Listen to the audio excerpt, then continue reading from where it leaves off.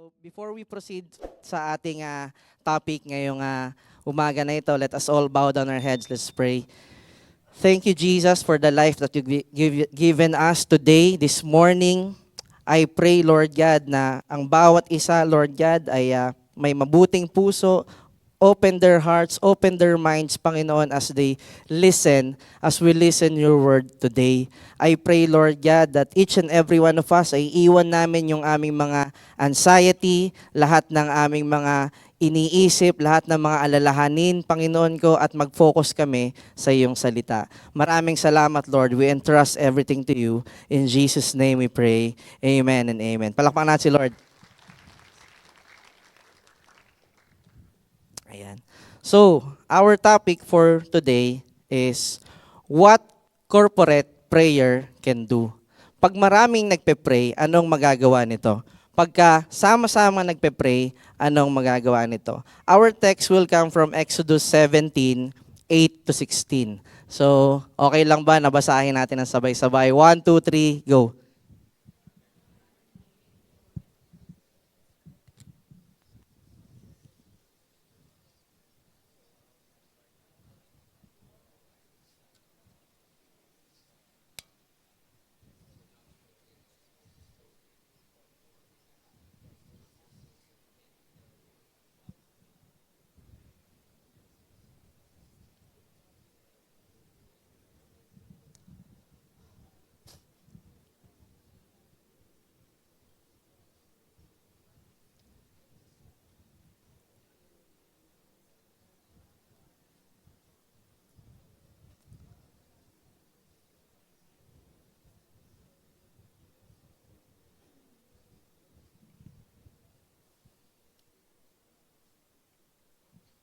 Ayan.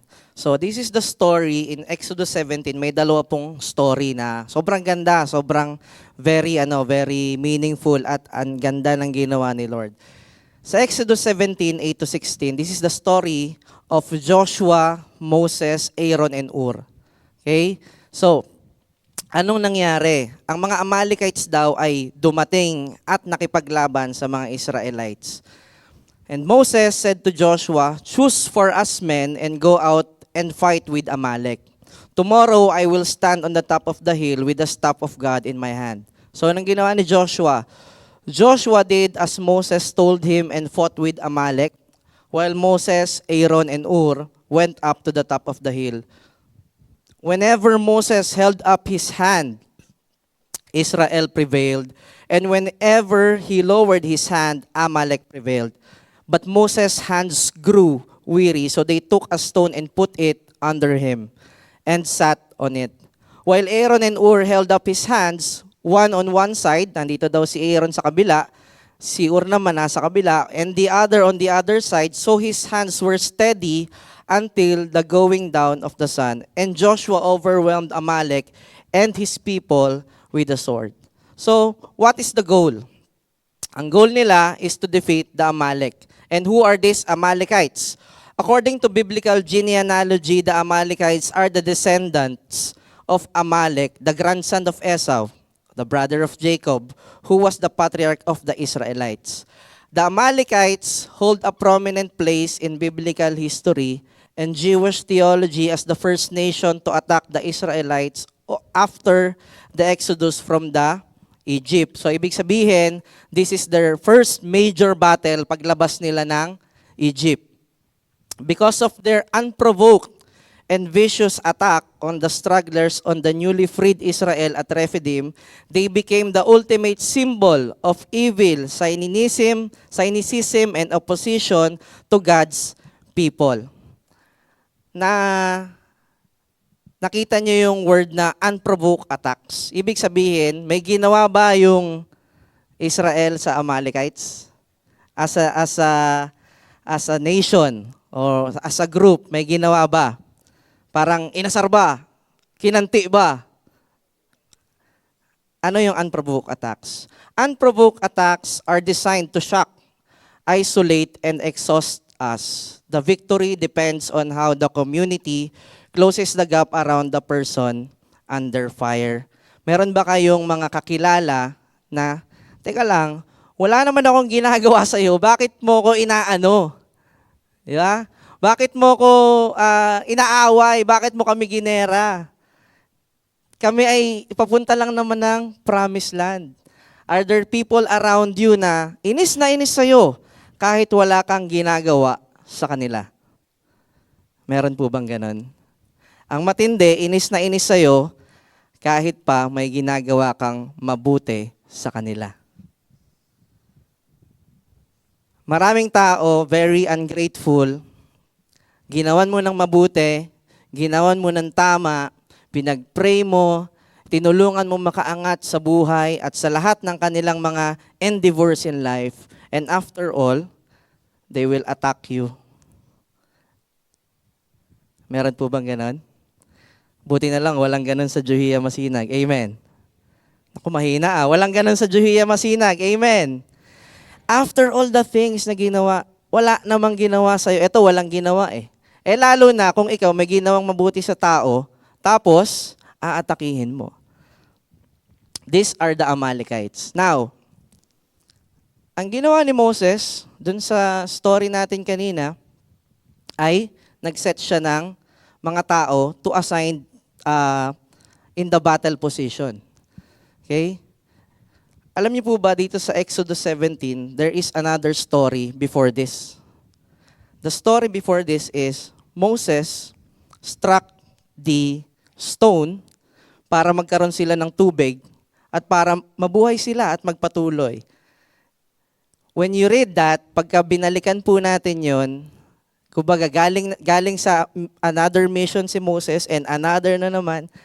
Alam niyo po, when you are a man of God, pag ikaw naglilingkod ka sa Panginoon, ang trabaho, tuloy, tuloy, tuloy. Walang tigil. Walang puknat. And ang masakit doon kay Moses, marami doon sa kanyang mga kasama, no? Marami sa kanyang mga kabanding, no? Mga kasama niya, mga Israelite, nag-aalit sa kanya. After the things na ginawa niya, nilabas niya sila sa Egypt, pinakain sila ni Lord ng tuloy-tuloy, and then, nagagalit pa sa kanya. Pinainom niya na ng tubig, binigyan na ng pagkain, binigyan na ng kung ano-ano. Kung ako si Moses, kung ako lang, hindi naman po ako si Moses, what if sabihin ko na lang sa team ko, bahala kayo dyan na atakihin ng Amalekites. Pinainom ko nga kayo ng tubig, nagalit kayo sa akin eh. Tapos ngayon, ililigtas ko kayo. Di na. Buti na lang, hindi ako si Moses. Dito, sa story na to, what Moses did was, he assigned people, okay, let us strategize. Ganito yung gagawin natin. With that attack, kailangan nating lumaban. Kailangan natin magpatuloy. Dahil hindi to titigil, dire-diretso to. Tuloy-tuloy ang trabaho, sabi dito ni Moses. What Moses did was, he executed a battle plan. In Exodus 17:9, Moses said to Joshua, choose for us men and go out and fight with the Amalek. Tomorrow I will stand on the top of the hill with the staff of God in my hand. And then Moses went up with Aaron and Ur. Ano yung naging setup nila? Sino daw yung lumaban sa baba? Si Joshua. And then, anong ginawa ni Moses, ni Aaron at ni Ur? Saan nagpunta? Sa taas ng bundok. Dun sa parang hill lang yun eh. Tanong, nag-question ba si Joshua? Teka lang, leader, Moses, bakit ako lang nandito? Ba't nandiyan kayo sa taas? Nag-question ba si Joshua ng ganon? Nag-question? No. He believed in his leader. He believed na tama itong direksyon. Why? Because nilid na nga sila ni Moses palabas ng Egypt for the longest time, di ba? Ang tagal na nating naglalakbay. Si Moses tuloy pa rin sa pagliligtas sa atin, pagpe-pray kay Lord para tayo ay makadiretso, para tayo makaalagwa, para tayo maka-advance, para makapunta tayo ng promised land. So, kung ganon yung record, malamang Joshua will not complain. Naniniwala siya sa leader niya.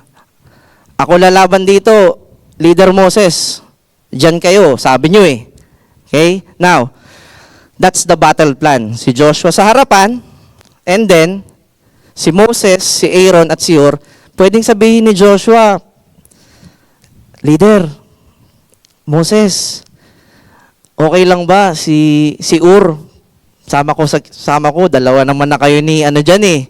Dalawa na kayo ni Aaron diyan sa taas eh. Okay lang ba? No. Hindi siya nag-bargain. Hindi siya nag-request ng kahit ano. What Joshua did was to obey kung ano yung sinabi ng pastor niya, ng leader niya.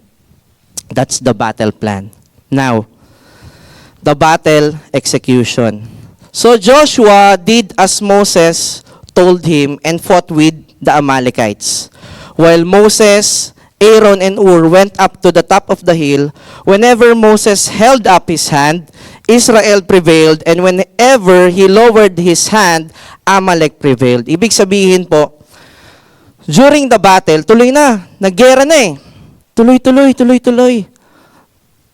Dumating po yung time na when Moses was praying, kasi po, this battle ay tumagal ng isang buong araw, mula umaga hanggang sunset. Ganon katagal. Whenever Moses was praying, sila Joshua nananalo. Pero pag nilo-lower yung hands ni Moses, sila ay natatalo. Ang masaklap pa nito, when we talk about losing, when Moses lowered his hand, hindi lang sila basta natatalo. Pag sinabing natatalo, merong casualty. May namamatay din sa kanila. Hindi sila 100% lumaban, nanalo, tas walang namatay. May namatay sa kanila, sigurado. And whenever Moses lowered his hand, natatalo sila. Whenever the leader cannot pray by himself na ibababa, natatalo. Whenever the leader ay lagi nakataas ang kamay, rest assured, napapagod yan, na ibababa niya yung kamay niya. Just like Moses, kasi po si Moses this time, matanda na si Moses nito. Sigurado, senior years na to. Pag nakataas ang kamay ng senior, meron po ba ditong senior na papataasin ko yung kamay mula? 30 minutes lang po. Hanggang mamaya matapos po tayo. Ayaw niyo naman po, diba? Why? Kasi nakaka-ngawit. At alam niyo po ba, hindi lang iniintindi ni Moses yung pagtaas niya ng kamay. Nanonood din siya ng battle. Nakikita niya na may mga tauhan siya na namamatay. Yun po ang masakit sa leadership, no? You pray, napapagod ka, at nakikita mo may nahihirapan dun sa mga tao mo.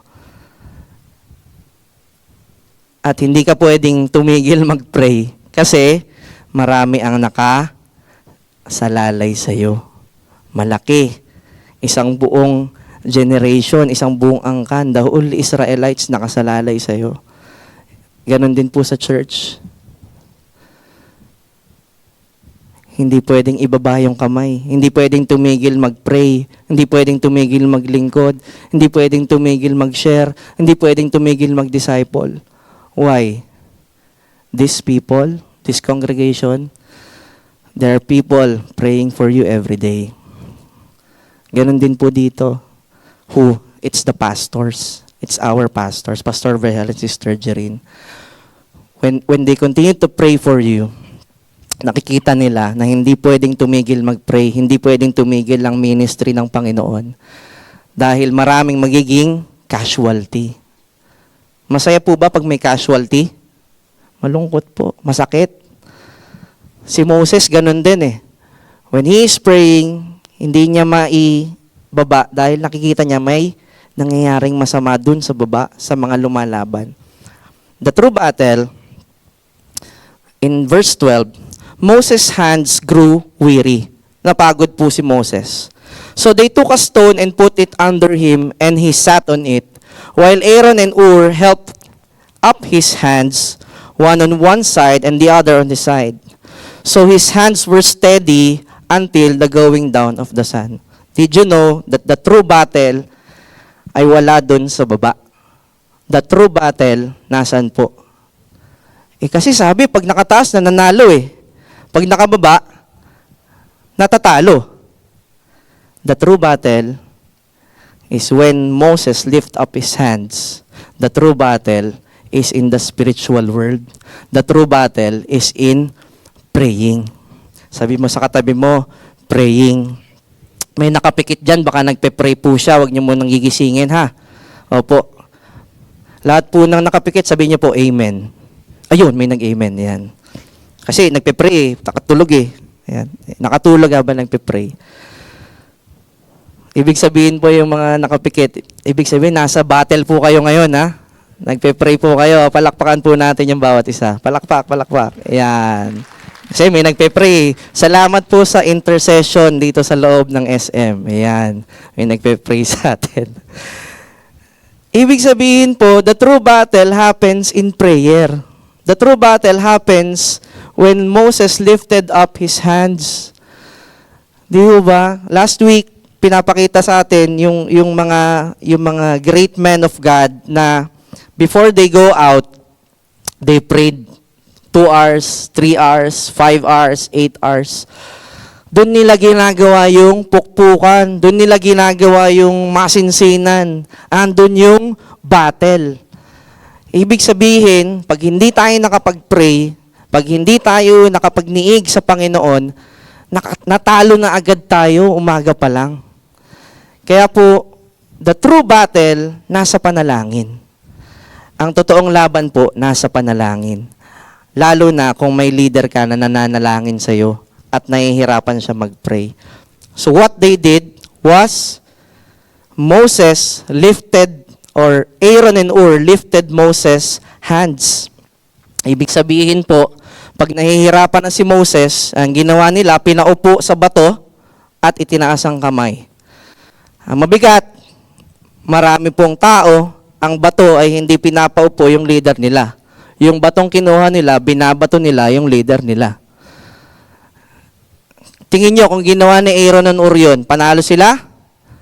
Kasi, kung ako si Aaron at saka si Ur, ang gagawin ko, or ang sasabihin ko, teka lang, talo na. Bakit nakataas lang tayo ng kamay? Pwede na ba kami tumulong dun sa baba? Hindi. What they did was, Moses, mag-pray ka. They know their leader. They know Moses, that the strength na ginagawa dito ni Moses comes from his prayer. It comes from the spiritual world. It comes from God. Yung panalo nila, galing kay Lord. Alam nila. Alam niyo po yung panalo natin sa buhay, kaya tayo nanalo. It is because galing yun kay Lord. Lalo na kung nag-pray ka.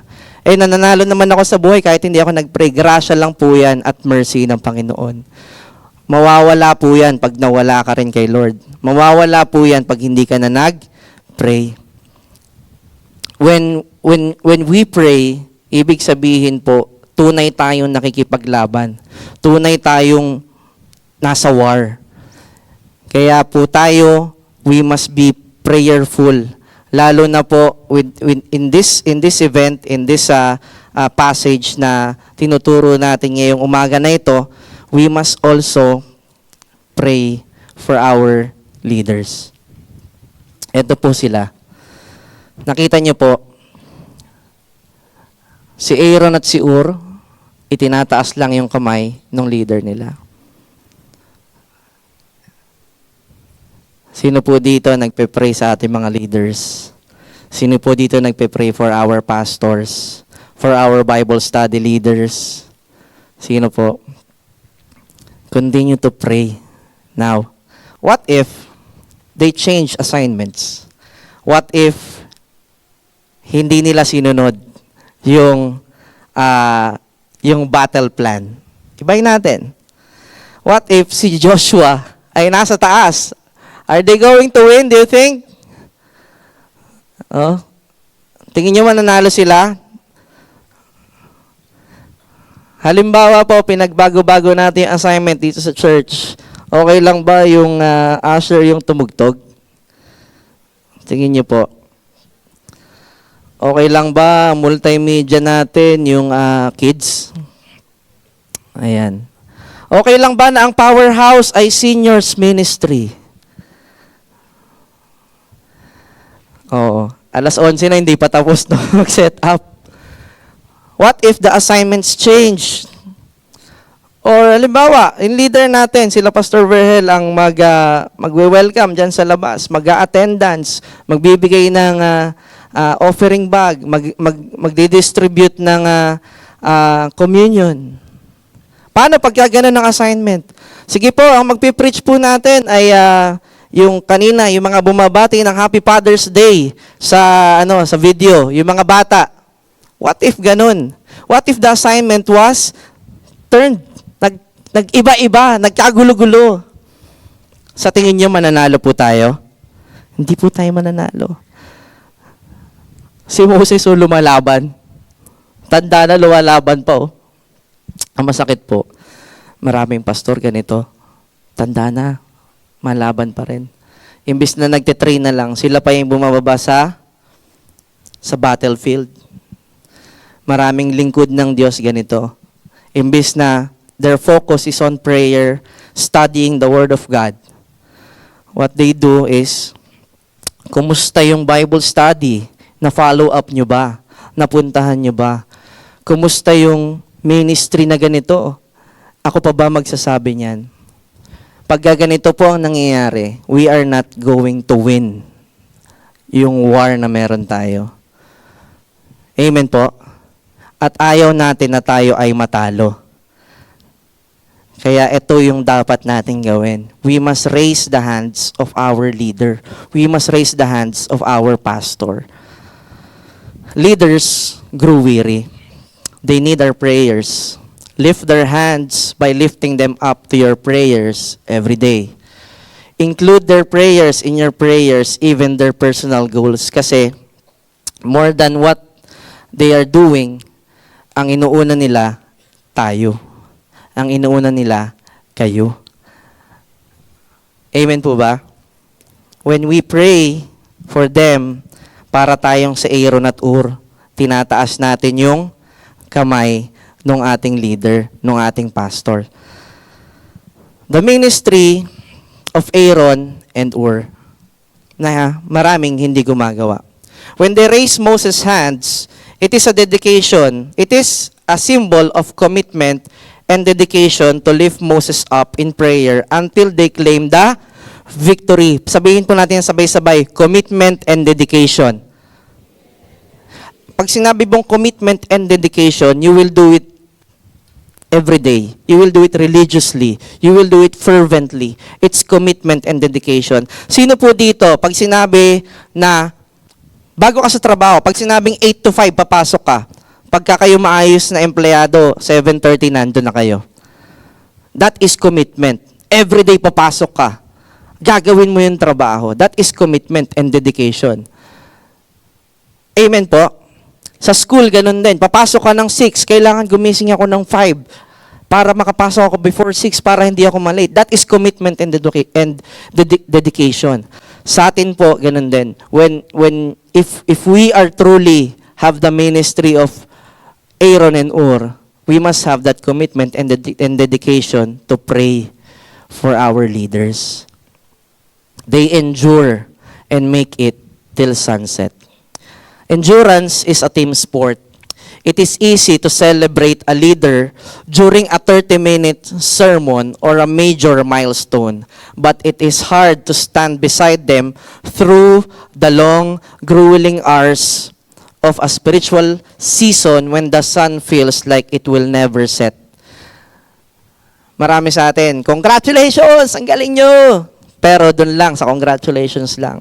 Pero yung hirap, yung pagpapagal, yung haba ng ginagawa at yung pagpaplano sa lahat ng ginagawa within this congregation, within this church, and even other churches, onti lang po yung nananatili na nasa tabi ng kanilang leaders. They endure and make it till sunset. It's not always endurance. Dumarating yung time, okay, ganda. Pero po, this is a commitment and dedication for each and every one of us that sa hirap, dapat nandun ka. Dapat nagpe-pray ka. Dapat nagpapatuloy ka. Dapat hindi ka nanghihina din. Dapat ikaw din malakas. Make it till sunset. Ganda, no? Until they make it till sunset. Paano kung napagod sila, alas 3? Naku, hindi ko lang kaya, sabi ni Aaron, no? Sabi ni Aaron, okay lang ba? Magmimerienda lang ako, alas 3 na eh. Bibili lang ako ng cobra. O kaya ng sting. Saglit lang magtitimpla lang ako ng extra Diyos. Pero hindi. They endure it. Sabi mo sa katabi mo, endure. Tiisin natin. Para sa atin naman to eh. Let us pray for them. Endure. Make it till sunset. The victory of your leader is also the victory of the church. And the victory of the church is the Lord's victory. Amen? Pag tagumpay ng Diyos ang pinag-uusapan, magtulong-tulong po tayo. Amen po? And Moses built an altar and called the name of it, "The Lord is my banner." When we know that the battle belongs to God, if the battle belongs to the Lord, alam natin panalo tayo. Pero dapat po tayo din tumulong sa panalo na yan by praying for the head, for the leaders, for our pastors, even the heads of the family. Pray for your fathers. Pray po ninyo yan. Marami po yan, mga hinanakit na hindi sinasabi sa inyo. Marami po yung diskarte na hindi sinasabi sa inyo para po lang yan may pangtawid. Maraming tatay dito, tinatago yan. Paano yung pambayad dito? Relax ka lang, akong bahala sa'yo. Paano yung akong bahala, hindi ko yan kinakalimutan. Paano yung ganitong, alam ko yan. Yung ganun pong sinasabi ng mga tatay, they are in their hardship. Ginagawa po nila ng sobra-sobra para sa inyo. Naniniwala po ako. Even in this church, even your Bible study leaders, we really appreciate you. Ngayon po na-appreciate ko kasi sabi ng anak ko, "Daddy, you just have meeting yesterday and then now you're going to work." Wala eh. Kailangan magtrabaho ni Daddy. Is it okay for you to not go to school? No. Wala eh. Kailangan po eh. Ganon din po sa buhay Kristiyano. We must endure. Kayanin po natin. We must continue the work that the Lord has given us. Dahil this battle belongs to the Lord. Amen po. Sa dulo po, what corporate prayer can do? Corporate winning. Kaya po tayo, pag tayo po ay nagtutulong-tulong, nagsasama-sama, and we are lifting our leaders' hands by praying with commitment and dedication for them, mananalo po tayo, sama-sama po tayo sa victory na meron. Hindi lang ang church na to, even in your family. Amen? Amen po? I just want to request to each and everyone to stand. I want to pray for our pastor. And this is symbolical na, Lord, I want to be like Aaron and Ur, praying for our pastor, praying for our leaders. Dahil sabi mo, we should be committed and dedicated to do this. I pray today, Lord, na talagang bigay mo sa akin yung puso na, Lord, gusto kong pag-pray. Gusto kong tulungan. Gusto kong hindi kami mawala. Gusto ko na itong mission ng Juhia Masinag, the mission-minded mega church, magpatuloy. Let us all extend our hands to our pastor. Yung mga nandiyan sa taas, let's pray for Pastor Verhel. Thank you, Jesus. Thank you, God. Holy Spirit, come in this place, teach us. Lord, we thank you for this wonderful day. Today is the Father's Day. Today, Lord, as Moses has lifted his hands unto you, Panginoon, napapagod din siya. Just like our leader, Pastor Verhel, Sister Jerin. they grew weary, Lord, for all the things that they have done in this church, in this congregation, in their family. Today, Lord, give them that strength, Panginoon ko. We lift their hands, Lord, by praying to you. Give them, Lord God, the courage to continue the work that you have given to them. Panginoon, kung minsan pinanghihinaan. But today, Lord, you're giving our pastor the strength, Panginoon ko. The guidance, the power, the anointing. Lord, we speak blessing upon blessing. We speak healing, Lord God. Lord, you know the desires of his heart. I pray today, Lord, as you speak to him, Panginoon ko, i-lift mo din ang kanyang spirit. I-lift mo rin, Panginoon ko, lahat ng kanyang mga bagay, Lord, na ililift sa iyo. Today, Lord, we are raising his hands in Jesus' name. Lord, we thank you dahil kung hindi dahil sa kanya, marami dito wala. Marami dito sira ang buhay. Marami dito nagpakalayo-layo. Marami dito, Panginoon, hindi alam kung anong gagawin sa buhay. Today, Lord, lift the spirit of our pastor, Pastor Verhel. Continue to bless him, guide him. Continue, Lord, to protect him from all the attacks of the enemies. I pray today, Lord God, we speak blessing upon blessing, healing, prosperity, Panginoon. Maraming salamat, Lord, sa buhay ni Pastor Verhel Caday. We continue to lift him up to you.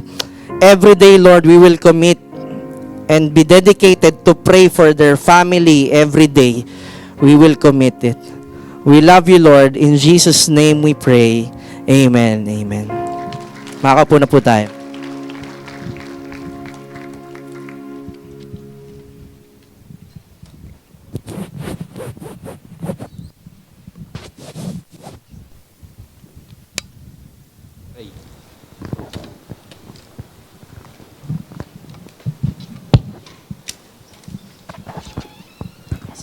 Thank you, Ray. Paki-flash ulit yung verse, Exodus 17. Ako daw mag-close sabi niya. Pero bago yon, may meeting po tayo, lahat ng mga mag-undergo ng water baptism at saka yung kanilang Bible study leader, punta po kayo dito after this. So, may meeting tayo, saglit. Ipaplansya natin kung ano yung mga gagawin. Okay, so alam po, naintindihan natin sa tinuro ni Ray. In one word, kung meron kayo.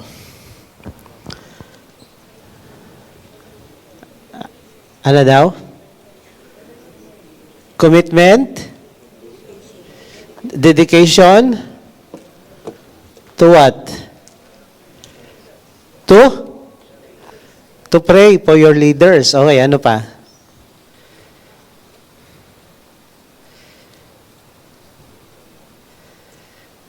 Ako po isa lang yung yung laging binabanggit ni John Maxwell, yung guro ng leadership. Sabi niya, rise and fall depends on leadership. Kung matino tatay, pinaglalaban ng pamilya, hindi 100% titino yung pamilya, pero kahit papano yung pamilya niya magsusurvive yan. Basta yung tatay lumalaban at hindi sumusuko. Negosyo, kahit gigewang-gewang na negosyo, pero yung boss, talagang ipipilit niya ipaglaban para lang yung mga tauhan niya ay hindi mawalan ng trabaho, I believe yung negosyong yan, magsusurvive yan. Church, bansa, parehas lang yan. Rise and fall depends on leadership. Kaya doon sa storyang yon, kitang-kita mo na ang tagumpay ng laban ng buong grupo nasa taas. Pag ang tatay nagwalwal, anong mangyayari sa pamilya? Wala na. Magwawalwal na yung mga anak niyan, masisira na buhay niyan. Pero as long, nagwalwal yung anak, pero tatay hindi. Magsusurvive yung family, hindi. Yung boss nagwalwal, magsusurvive yung business? Hindi. Pero yung tauhan, nagwalwal, yung boss hindi. So, survive? Yes. Tandaan nyo ito Rise and fall depends on leadership. And who is that leader? Kung saan ka man, ikaw yun. Leader ka. So, rise and fall depends on leadership. ibaon nyo sa utak nyo yung lesson dito, na kung saan ka designated, nilagay ni Lord, doon ka lang. Doon ka lang. Huwag kang lalagpas sa boundary na nilagay ni Lord sa'yo.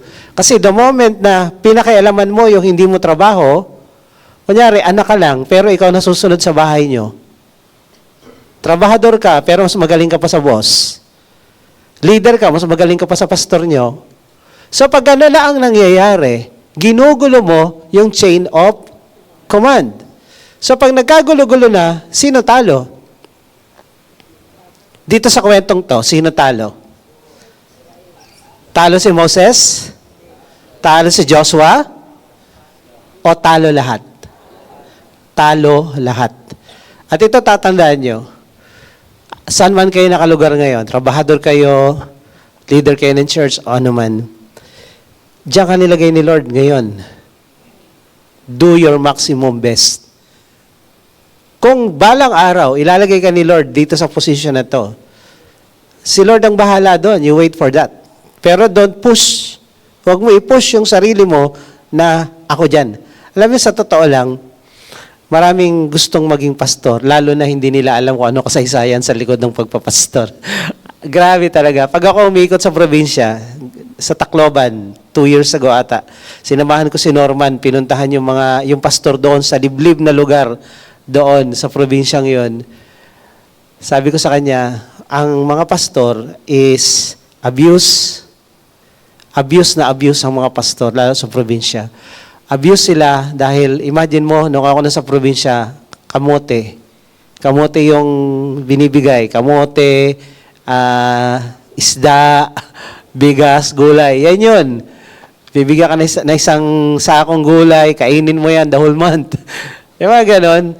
So, they don't know ang paghihirap ng mga pastor. Kaya nga yung kalabaw, nakakaintindi pa kaysa sa tao. Alam niyo yun? Kilala niyo yung kalabaw na yun? Na nasa Sarawak na ngayon, ginawang rebulto doon. So, dito sa kwentong ito, may nilagay sa taas. Yung nasa taas, si Moses, may assistant siya, may sumusuporta sa kanya. And then, si Joshua, nasa front line, at nakikipaglaban, plus yung mga sundalo niya. Kasi ang sabi dito, sabi ni Lord kay Moses, and then sabi ni Moses kay Joshua, choose us some men to go out and fight. And Joshua did, as Moses said. Sumunod si Joshua. Hindi siya nag-complain. Teka lang, parang unfair naman. Kami nasa harapan ng espada, tapos kayo nandiyan lang sa taas, safe and secure. Imagine niyo yun. Nakita niyo, safe and secure sila sa taas. Yes or no? Tapos si Joshua, daming mga may espada lahat doon. Kung ikaw mag-iisip, nagulangan na ata ako Naisip niyo ba yun? Parang nagulangan tayo rito. Sila na sa taas. Tayo nakikipagdigma dito. Sa palagay niyo, yung dinaanan ni Joshua, dinaanan kaya ni Moses yun? Ang mga leader nyo, minsan ito bilang negosyante, sasabihin ng mga ibang tao sa tauhan namin, ihaan nyo yan, nagpapayaman lang boss nyo. May mga boss ba dito? Narinig nyo na may nagsabi sa tauhan nyo na nagpapayaman lang kayo? Ay kami lang. Ibang boss dito, hindi nyo narinig yon? Kasi may mga tindahan kami dyan sa palengke. So sasabihan ng kapitbahay, wag mo kasi kasuhin yan, ayos kayo na ayos. Pinayayaman nyo lang yung boss nyo. Ay, teka lang, bakit ka ba magninegosyo para maghirap? Sino nagninegosyo para maghirap? May suggestion ako sa inyo. Isara nyo na. Isara nyo na. Kung nagnenegosyo kayo para maghirap, sara nyo na. Pero kung nagnenegosyo kayo para yumaman, tama, mali? Tama, mali. Hindi tayo nagnanakaw dun Di ba? Tinatrabaho natin. Tama lang. Ngayon, ang tanong, lalo na yung mga galing sa hirap, pinaghirapan ba natin yun? Yes or no? Yes. Kaya sabi ko sa mga tauhan ko, pag natutunan nyo yung negosyo at umalis kayo sa amin, yayaman din kayo. Diba? Hindi kami madamot. So gusto natin yumaman din kayo. So ganun din naman dito. Si Moses, alam nyo ba, nakapatay ito Killer to. Alam nyo ba si Moses killer? Marunong to humawak ng espada. Pinatay niya Egyptian sa teritoryo pa ng Egypt. Kaya siya nag-stokwa kaya siya nagtago-tago sa wilderness. So, kung ano ang dinaanan ni Joshua, at walang alam si Joshua kung hindi siya tinrain ni Moses. Saan siya natutong mahawak ng espada? Sino ba nagtitrain sa kanya? Kaya hindi pwedeng, walang alam yung mga yan, tapos nagpapahinga lang, hindi ganon. Kung saan ka nilagay ni Lord, gawin mo ng tama yung trabaho mo. Kung ikaw nagtatrabaho sa isang boss, do your best. Kung dito sa church, Bible study leader ka, do your best. Ano man yung trabaho mo dito, do your best. Dahil yung contribution mo sa baba, iba ang contribution dito sa contribution dito. Pero ang determinasyon ng panalo, hindi dito, doon sa taas. Naintindihan niyo po ba? Rise and fall depends on leadership. So kung dyan ka inassign ni Lord, do your best. Bakit? Kung hindi mo gagawin yung best dito, at ginagawa yung best dito, sinong matatalo? Ikaw lang ba o lahat? Konektado to. Lahat tayo talo. Siguro kami bilang Moses nyo, for 39 years na kami naglilingkod kay Lord. Ini-imagine ko nga pag may nakakausap ako mga leaders, sabi ko, for 39 years, hindi kami namamahinga. Nung nasa India kami, nasa Aklan, umaga, tanghali, gabi, may Bible study ako. 3 times a day. So imagine mo yon, lakad lang yon, lakad. And then, nagpunta na India, ganun din. Naka-scooter ako, pero yung buhay ko, namin, bit-bit yung 2 bata, mga baby pa yan, sa motor, haharurot kami para mapagkasya yung isang araw. Hanggang ngayon. Tapos, pagdating ng Pilipinas, may 13 kaming tindahan, may mga tao kami sa Manulife, higit 20 na kailangan ayusin, asikasuhin. Tapos, grabe, yung pagpapatakbo ko ng sasakyan, kung nakita niyo si John Wick habang inahabol ng mga papatay sa kanya kasi mataas ang reward. Alam niyo yun? Nakita niyo, napanood niyo? Ganun, feel na feel ko yun. Kaya nung na-hospital ako at nag-collapse ako, binigyan ako ng Carvid. Ang Carvid, pampabagal ng tibok ng puso. Kasi everyday, yung adrenaline ko, talagang kailangan mabilis. Kasi 5 to 8 na appointment in a day. Ngayon, isa na lang, nahirapan na ako. Tapos, senior na, mababagal na yung galaw ng mga kasama natin, di ba? Mga senior na tayo. So sabi ko, minsan, for 39 years, kaya kami lumalabas ng ibang bansa. Pag nasa Japan kami, yung kape, tsaka kaparason tinapay, yung nanamnamin mo na 1 oras, na nakaupo ka lang, di ka nagmamadali. Sarap nun, no? Nasubukan niyo yun? Hindi nagmamadali. Ay, sarap. Uupo ka lang, nanamnamin mo yung paligid mo. Dito, kailangan mo magmadali, matraffic na, mabagal pa. So, yun po. Sabi dito sa kwento na tinuro ni Ray, tatapusin ko na to. And Moses grow weary. Sabi dito. Moses' hands become heavy and napagod. Itong taong ito, nahinati yung dagat. Tinalo yung Egyptians. Pinadala ng salot at nagpalabas ng tubig dun sa bato at marami siyang ginawa. Itong taong ito, anointed prophet, matindi to. Sa kasaysayan ng buong Biblia, 2 lang yung nagra-rise up na prophet, si Moses at si Elijah. Ito yung mga matindihang prophet. Pero kahit matindi, napapagod din. Sabi mo sa katabi mo, kahit matindi, napapagod din. Yung mga tatay dyan, napapagod din yan. Wala naman tatay dito, no? Napapagod din yan. Kahit matindi pa yan, napapagod yan. Kaya sabi mo, walang matinding hindi napapagod. Napapagod lahat. Lalo na kung nagkakaedad na.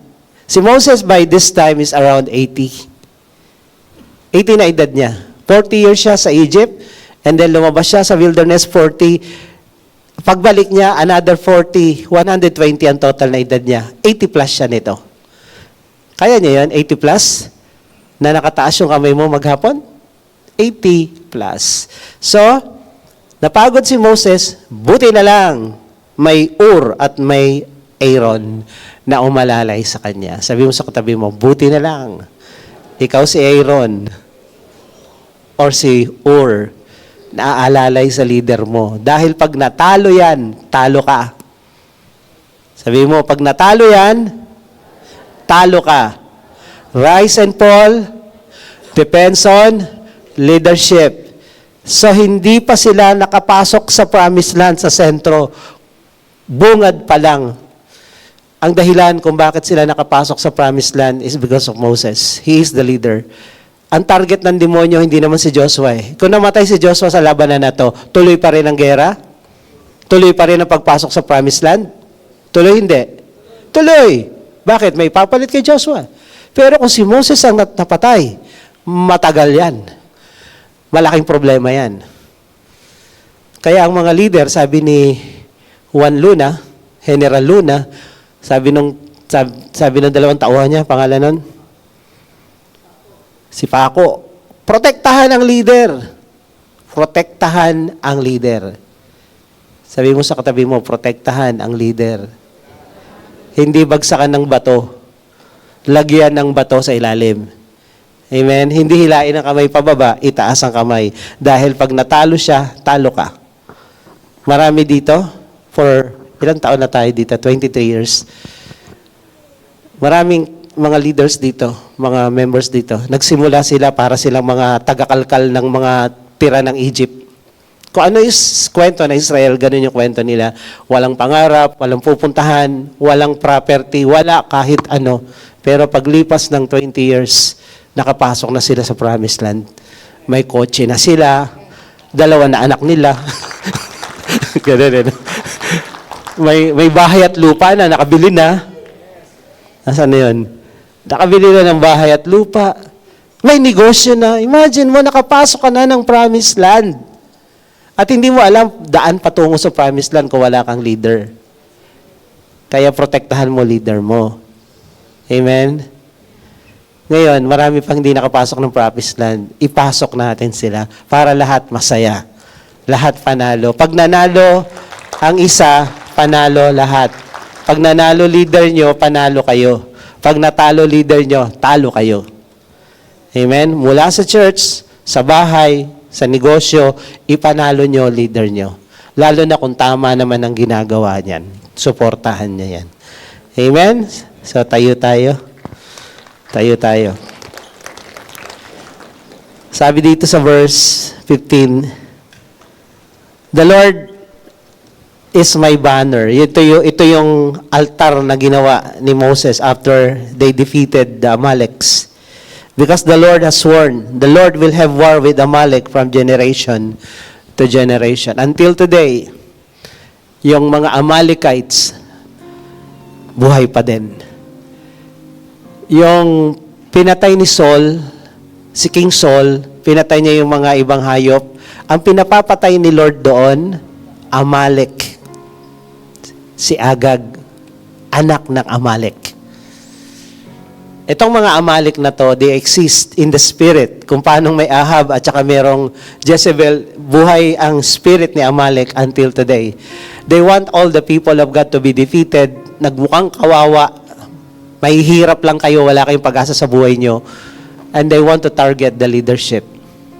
Dahil pag na-target ng mga Amalek ang leadership, damay-damay na to. Rise and fall depends on leadership. So ngayon, itong mga Amalek na to, they're still fighting against us. Ito yung mga demonyo na gusto tayong maging mahirap. Ito yung mga demonyo na gusto tayo luhuan, duguan at wala ng kalaban-laban.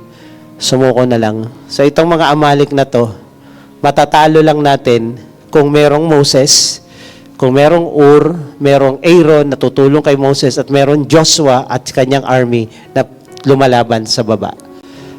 Teamwork, kumbaga. So, sa palagay nyo, sabi dito, the Lord, verse 16, the Lord will have war with Amalek from generation to generation. Ito ay prophecy na until today, nakikipagdigma tayo sa mga Amalek. At mananalo lang tayo sa Amalek pag tulong-tulong, sama-sama tayong lumalaban. Hindi kanya-kanya. It takes a team to defeat this Amalek. Ito lang yung binanggit sa Bible na na kalaban na kailangan magsama-sama. Ito lang. So today, itong mga Amalek na to, nandyan pa rin sila. So we need to fight. We need to war with them together. Together as one. Amen po ba? Parang Avengers unite. So kailangan natin to. So before I close in prayer, meron po bang first timer dito? Ngayon lang nakapunta. Ayan. Kung meron po, baba po kayo dito, tapos na tayo. Pagpe-pray lang po namin kayo bago tayo maghiwa-hiwalay. Pakisamahan lang po ng mga nag-invite. Kung wala naman nag-invite, yung mga ushers natin dyan, pakisamahan niyo po sila. Ayan. Sige, lapit po kayo dito. Tayo kayo at harap sa akin. Ayan, welcome po kayo sa Juhia. Ang Juhia po ay Jesus Our Hope International Assemblies. Kami po ay gathering ng mga Kristiyano na naniniwala sa Bible lang at kay Jesus lang. Kaya nga every time na may magtuturo dito, mapapansin nyo, laging may verse. Yun ang patunay na ito ay galing sa Biblia. Wag na wag po kayong maniniwala sa amin pag yung aming tinuturo ay wala sa Bible. Wag po. Lagi ko po sinasabi, check the Bible. Kung ito ay konsensya lang namin at pananaw, opinion, sundin ang iyong puso, ay wag niyo po kami sundin. Dahil sinusunod po natin, Biblia lang. Si Lord lang at wala nang iba. Every time na may nagtuturo, sa TikTok man yan, sa TV man yan, sa Facebook man yan, na yung verse ay hindi pinapakita, walang Bible, huwag niyo pong paniniwalaan yan. Dahil ang salita lang ng Diyos ang hindi nagkakamali. Salita ng tao, kahit sino pa yan, nagkakamali. Kahit ako, kahit kami. Nagkakamali ang tao. Pero ang salita ng Diyos hindi nagkakamali. Kaya kung may paniniwalaan kayong salita, salita lang ng Diyos at wala ng iba. Okay po? So ang salita po ng Diyos sa ating pinag-aaralan na about prayer, sabi doon sa Matthew chapter 6, ganito kayo manalangin, Ama namin, sumasalangit ka, sambahin ang ngalan mo. So yung panimulaan ng dasal ay kailangan Ama mo ang Diyos. Kung Ama mo ang Diyos, anak ka ng Diyos. So sabi ng John 1:12, nagiging anak po tayo ng Diyos kung tatanggapin natin si Jesus, yung nag-iisang anak ng Diyos. Sabi ng John 3:16, gayon na lamang ang pag-ibig ng Diyos sa sanlibutan, ibinigay niya kanyang bugtong na anak. Pag yung bugtong na anak niya, tinanggap mo, sabi ng John 1:12, ikaw na hindi anak ng Diyos, magiging anak ka rin ng Diyos. At pag ikaw nagdasal ng Ama namin, pakikinggan ka ng Diyos. Ang pinakikinggan ng Diyos na dasal ay yung dasal ng kanyang tunay na mga anak. Kaya gusto niyo bang maging tunay na anak ng Diyos?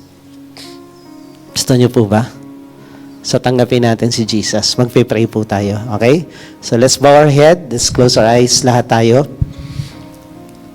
And pwede ba nating taas ang isang kamay natin sa Diyos? Tandaan na kinikilala natin siya bilang ating Panginoon.